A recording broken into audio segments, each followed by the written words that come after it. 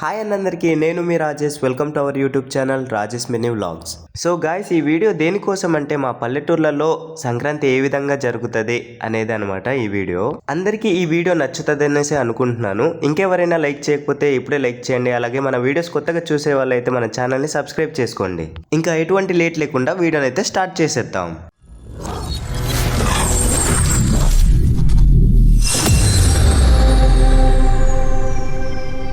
So guys, first రోజు అయితే మన చుట్టుపక్కల ఇంటి వాళ్ళు ఉంటారు కదా, ఈ విధంగా అడ్డాకుల్ని ఒక ప్లేట్లా చేసుకొని వాళ్ళు ఏటైతే వండారో అవైతే తెచ్చేసి ఇస్తారు మనకు. అలాగే మనం వండింది కూడా వాళ్ళకి తీసుకెళ్ళేసి ఇస్తాము. అండ్ సెకండ్ డే అయితే ఆవులకి కట్టడానికి కుడుములను అయితే తయారు చేస్తాము. అది రాగి కుడుములు. ఆ కుడుములని ఏ విధంగా తయారు చేస్తామో ఈ వీడియోలో అయితే మీకు చూపిస్తాను. ముందుగా బెల్లం అయితే పాకం పట్టేసుకొని ఈ రాగి పిండి ఉంది కదా దాన్ని కలుపుకోవాలి. ఇక్కడ చూస్తున్నారు కదా మా నాన్నమ్మ అయితే ఏ విధంగా కలుపుతుందో. ఈ యొక్క రాగి కుడుములను తయారు చేయడానికి ఈ అడ్డాకులు అయితే బాపానికి వస్తాయి. ఇది ఎందుకో ఆ తర్వాత అయితే చెప్తాను. ఈ రాగి పిండిని కలిపినప్పుడు రాగి పిండి ముద్దగా ఉండేలా చూసుకోవాలి, అప్పుడే బాగొస్తుంది. సో గాయస్, ఇక్కడైతే మా నాన్నమ్మ కుండ లోపల ఏటి పెడుతుందబ్బా అనేసి అనుకుంటున్నారా, అవైతే పందెం పుల్లలు. ఈ పందెం పుల్లలను ఒకే రకంగా కాకుండా వేరే వేరే టైప్ లో అయితే పెడుతుంది. ఈ విధంగా పందెం పుల్లలు పెట్టడం వలన రాగి కుడుములు హీట్ అయ్యేటప్పుడు కాలిపోకుండా అయితే ఉంటాయి. అలాగే కుడుములు మంచిగా రావాలంటే ఈ చీపురు అయితే పెట్టాలి. ఈ చీపురు పెట్టినప్పుడు హీట్ అవుతుంటే ఆ హీట్ తగిలి అయితే అది మంచిగా వస్తుంది. అందుకే ఈ చీపుర్ను కూడా కుండ లోపల అయితే పెడతాము. అలా చేసిన తర్వాత దాంట్లో కొంచెం వాటర్ అయితే యాడ్ చేసుకోవాలి. ఇదంతా అయిపోయిన తర్వాత ఇప్పుడే మెయిన్ పార్ట్ అయితే స్టార్ట్ అవుద్ది. అదేంటంటే కుడుములను తయారు చేయడం. ఇక్కడైతే మీరు చూసుకోవచ్చు మా నాన్నమ్మ ఏ విధంగా తయారు చేస్తుందో. ఈ విధంగా ఈ షేప్ లో చేసుకొని ఈ అడ్డాకులతో అయితే చుట్టుకోవాలి. ఇందాకలా మీకు చెప్పాను కదా అడ్డాకులు అనేవి ఎందుకు ముఖ్యం అనేసి. ఈ విధంగా చేసుకోవడానికి అయితే అడ్డాకులు ముఖ్యం అనమాట. సో గాయస్, ఉన్న పిండి మొత్తం కూడా ఈ విధంగా ఈ షేప్ లో చేసుకొని అడ్డాకులతో చుట్టుకొని అక్కడైతే పెట్టుకోవాలన్నమాట. అండ్ గాయస్, ఇక్కడైతే మీరు చూసుకోవచ్చు పిండి అయితే అయిపోతూ వచ్చింది. కాసేపట్లో చుట్టడం కూడా అయిపోతుంది. రాగి కుడుములను అయితే చుట్టడం అయిపోయింది. అలాగే ఆ కుండ పైన ఒక అడ్డాకు కప్పేసి దానిపైన పై కప్పు అయితే వేసాము. అలా వేసిన తర్వాత ఎక్కువ మంట పెట్టేసి దాన్ని అయితే బాగా ఉడికించాలి. ఈ అన్నం అయితే మీకు వేరే కలర్లో కనిపిస్తుంది కదా, దీన్ని అయితే మేము కిచిడి బాత్ అనేసి అంటాము. కిచిడి బాత్ అంటే కిచిడి అన్నం అనేసి అర్థం. సో గాయస్, ఇక్కడైతే మీరు చూసుకుంటే రాగి కుడుములు అయితే రెడీ అయిపోయాయి. ఈ రాగి కుడుములను అరటి చెట్లలో పొరలు ఉంటాయి కదా వాటితో అయితే కట్టుకొని ఉన్నాము. ఇంకా చలో గాయస్, మార్నింగ్ అయితే కలుద్దాం. సో గాయస్, నేనైతే కొత్త బట్టలు తీసుకున్నాను కదా పండగ అనేసి, అదైతే ఇప్పుడు వేసుకొని ఇంటికి అయితే వెళ్తున్నాను, పై ఇంటికి. మరి ఇప్పుడు పండగ కార్యక్రమాలు అయితే ఉన్నాయి, మరి అవన్నీ చూసుకొని మీకు ఈ వీడియో ద్వారా షేర్ చేస్తాను. అంతవరకు ఇప్పుడు ఇంకా ఎవరైనా లైక్ చేయకపోతే లైక్ చేయండి, మన ఛానల్ని సబ్స్క్రైబ్ చేయండి. ముందుగా మీరు ఇక్కడ చూసుకున్నట్లయితే మా తాతయ్య అయితే గోశాల ముందు అయితే పూజ చేసి కొబ్బరికాయ అయితే కొడుతున్నారు. ఇక్కడ కొబ్బరికాయ కొట్టిన తర్వాత అయితే మిగతా కార్యక్రమాలు ఉంటాయి. అవేంటో మీకైతే ఈ వీడియోలో చూపిస్తాను. సో ఇక్కడ మీరు చూసుకున్నట్లయితే మేము ఇంట్లో చేసుకున్న ప్రసాదం అనమాట ఇది. ఇదైతే మేము ఆవులకి అయితే తినిపిస్తాము.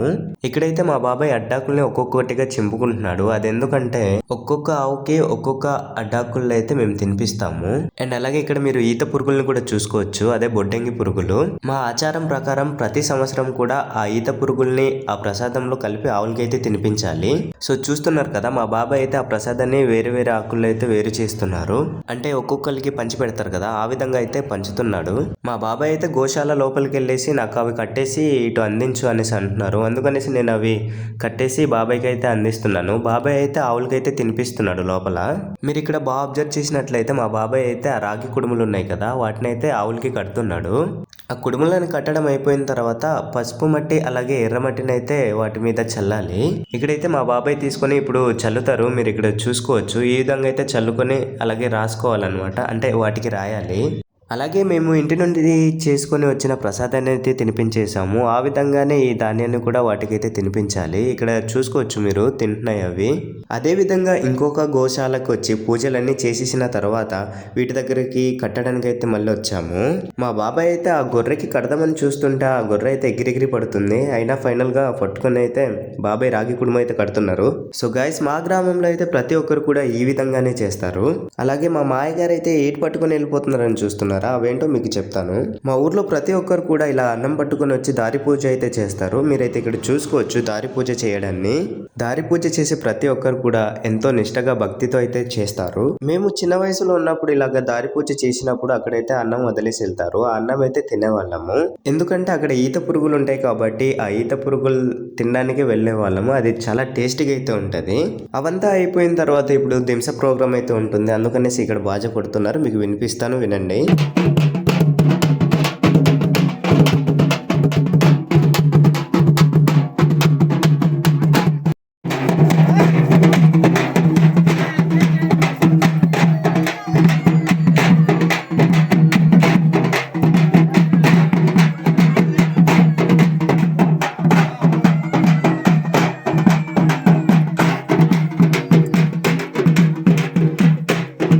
మా ఊర్లో ఈ విధంగా జరుగుతుంటే మా పక్క ఊర్లో ఎలా జరుగుతుందో అనే క్యూరియాసిటీతో అయితే మేమిద్దరు వెళ్తున్నాము మా పక్క ఊరికి.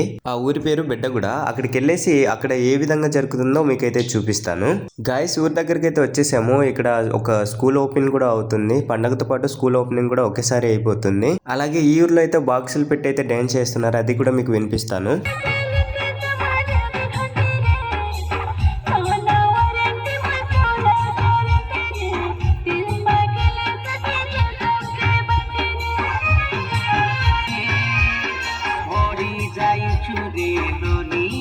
అండ్ అక్కడ నుంచి డైరెక్ట్ గా ఇంకో ఊరికి అయితే వచ్చాము. ఇది కుంటిగూడ గ్రామం అనమాట.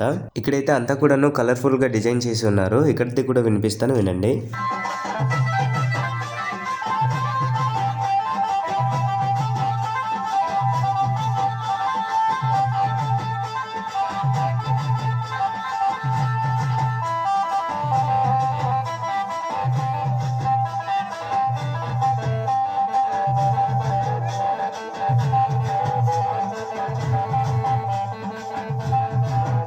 అలాగే మా గిరిజన ప్రాంతంలో ఏ పండుగ అయినా లేకపోతే పెళ్ళి ఏదైనా సరే దింస ఆడడం అనేది కామన్ అనమాట.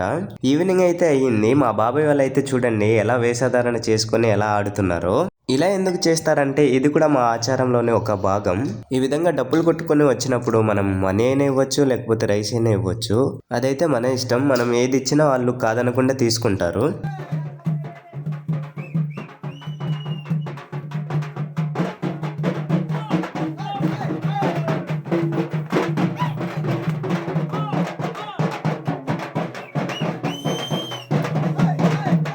సో గైస్, మళ్ళీ నైట్ అయితే మా ఊరు నుండి గుగుట్ అనే గ్రామానికి దింస ఆడడానికి అయితే వచ్చాము. ఇక్కడైతే చాలా మంది ఉన్నారు. ఇక్కడ మీరు చూసుకోవచ్చు ఆడటాన్ని.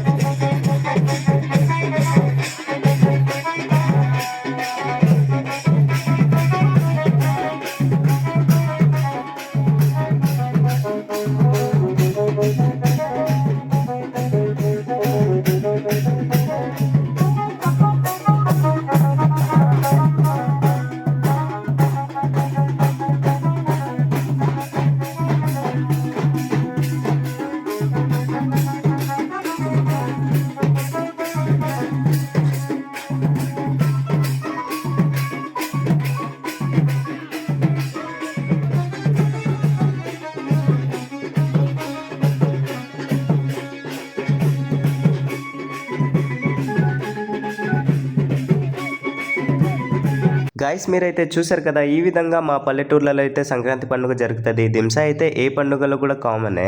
మరి మా పండుగ అయితే ఈ విధంగా జరిగింది. మరి మీ సంక్రాంతి పండుగ ఎలా జరిగిందో తప్పకుండా కామెంట్ సెక్షన్లో అయితే కామెంట్ చేయండి. ఇంకా వీడియోని ఎవరైతే లైక్ చేయలేదో లైక్ చేయండి.